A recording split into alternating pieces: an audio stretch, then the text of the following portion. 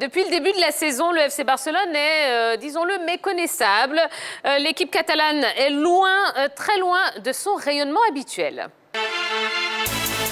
12e de Liga et 8 points pris en 6 journées. Le FC Barcelone connaît l'un de ses pires débuts de saison depuis 25 ans. Le nul face à Retafe samedi après une défaite face au Real Madrid était de trop. Pointé du doigt en Espagne, Ronald Koeman a affirmé que seul le rendement du club est critiquable et que le jeu est acceptable selon lui.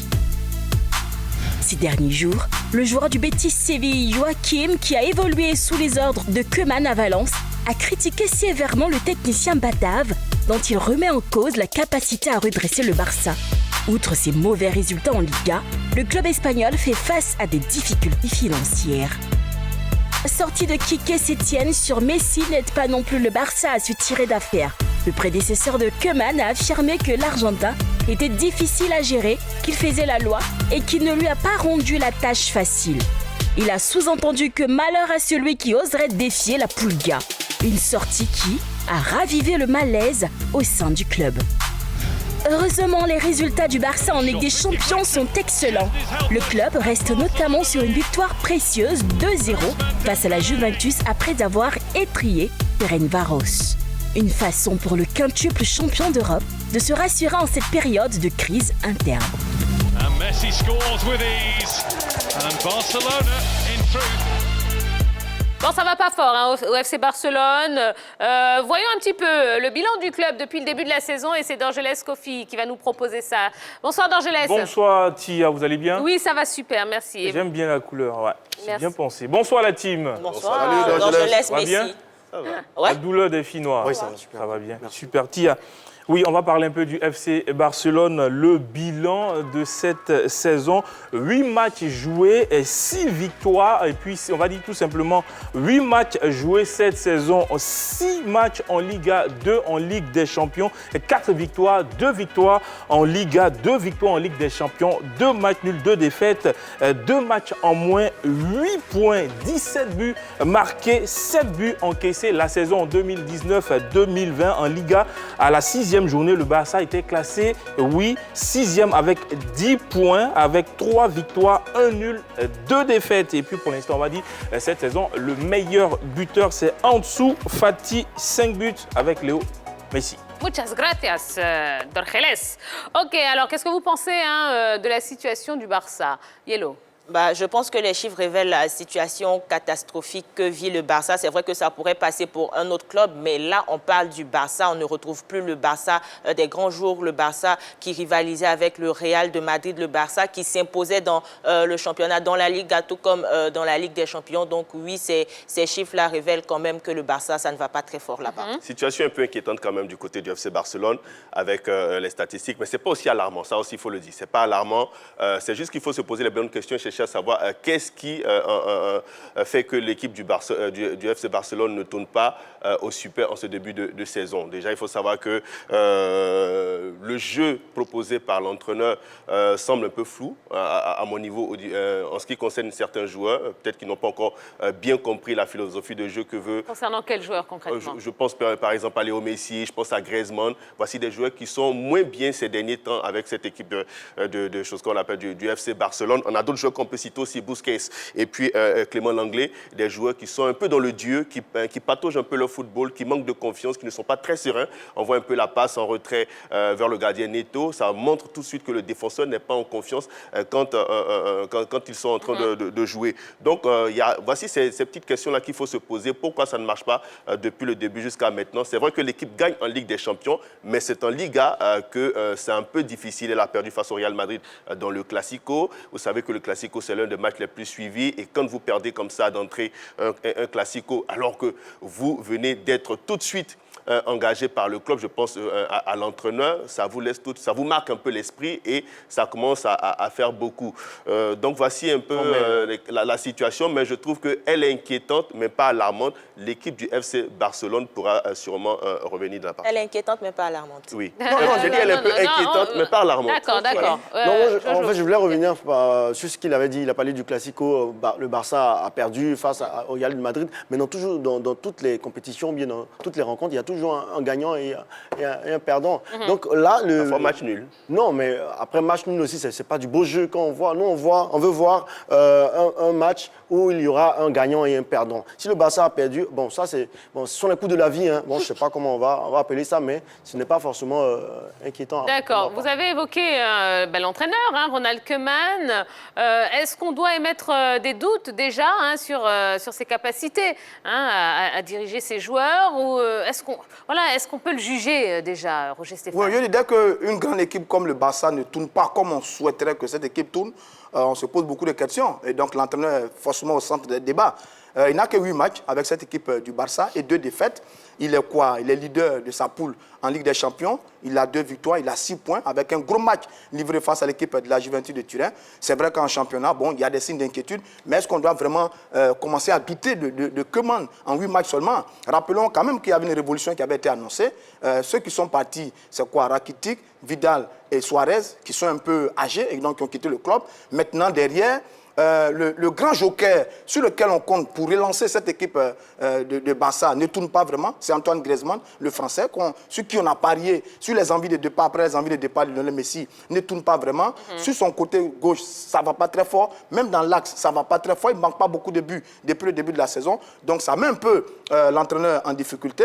Certains analystes disent également que l'équipe joue bien, seulement devant, il y a un problème de finition. Est-ce qu'on a trouvé des joueurs qu'il faut pour remplacer ceux qui sont partis? Là aussi, il y a la question. Donc, à mon avis, il faut peut-être attendre un peu encore pour voir l'affaire Koeman, sa patte, sa griffe, son influence véritablement sur le jeu du Barça. Seulement que devant, l'équipe n'arrive pas à concrétiser ses actions. Il faut rappeler aussi que le Barça a une colonne là, qui était bien connue, qui était performante. C'est celle Piqué et Busquets. Or, ces deux-là montrent beaucoup de fébrilité par moment dans les matchs de l'équipe du Barça. Busquets n'est plus le formidable récupérateur qu'il a toujours été. Piqué montre des signes d'inquiétude parfois dans son placement défensif. Donc tout ça fait qu'on n'a pas le Barça qui nous a toujours fait rêver. Et là, on s'inquiète parce que bon, les premiers signes ne sont pas très très bons concernant cette équipe du Barça pour le début de saison. Bon, alors est-ce que la situation est inquiétante selon vous? C'est la question que je vous pose à la maison. Vous également, vous allez utiliser les petites ardoises qui se trouvent devant vous. Est-ce que la situation dans laquelle se trouve le FC Barcelone est inquiétante? Oui ou non? Allez, on y va. J'ai dit oui ou non. J'ai pas dit si ou peut-être ou quoi. Oui ou non. Il est dans l'hésitation là. J'ai répondu en espagnol. Non. Allez-y, levez vos ardoises. Bon, tout le monde dit oui, sauf Jojo qui dit non. Très bien. Yellow, on commence par vous. Pourquoi oui? Déjà, il y a eu quand même une grande dissertation sur le FC Barcelone. Ça ne va pas très bien déjà parce que quand Koeman arrive au Barça, ses décisions sont quand même assez contestable. Quand il libère, par exemple, un Luis Suarez qui n'a pas un remplaçant de sa trempe et que quand on voit le Barça jouer, la finition n'est pas assez parfaite, pour moi, oui, il faudrait s'inquiéter. Et déjà, dans le mois d'avril 2020, il y a déjà 6 dirigeants qui avaient quitté le conseil d'administration du Barça. C'est pour dire que le club n'allait pas déjà fort. Et le départ de Messi, déjà, voulait dire que vraiment, ça n'allait pas. C'était la goutte d'eau de trop. Donc, oui, il faudrait s'inquiéter pour le Barça qui ne prie pas aussi très bien en championnat espagnol. Et concernant le départ de Luis Suarez, il l'a libéré parce qu'il voulait 2 attaquants, Depay et puis Martinez. Ils ne sont pas arrivés. Ils ne sont pas arrivés. Malheureusement, ils ne sont pas arrivés. Un boycott peut-être. Mais quand je parle Peut-être. quand je mets oui, il faut expliquer un peu la succession de certains événements depuis la saison dernière. D'abord, ils ont laissé filer le titre au Real de Madrid. Ensuite, il y a le limogeage de Quique Setién. Oui. L'arrivée de Koeman. Les envies de départ, l'épisode Lionel Messi, les envies de départ de Messi. Et là, en ce moment, on a la démission de Bartomeu, le président, et puis les problèmes financiers du club qui se posent en ce moment. C'est la succession de tous ces événements-là qui me fait dire que oui, il faut s'inquiéter pour cette équipe du Barça. Parce que bon, on n'avait pas l'habitude d'un tel décor dans cette équipe du Barça. Là, le président... Il a démissionné parce que la situation est peut-être intenable pour lui. C'était peut-être le prix à payer pour sauver un peu les meubles au sein de cette équipe du Barça. Donc, quand on considère tous ces éléments et tous ces événements, oui, on peut s'inquiéter un peu pour cette équipe du Barça parce que si les aspects financiers là qui arrivent ne sont pas réglés, attention à cette équipe du Barça. D'accord.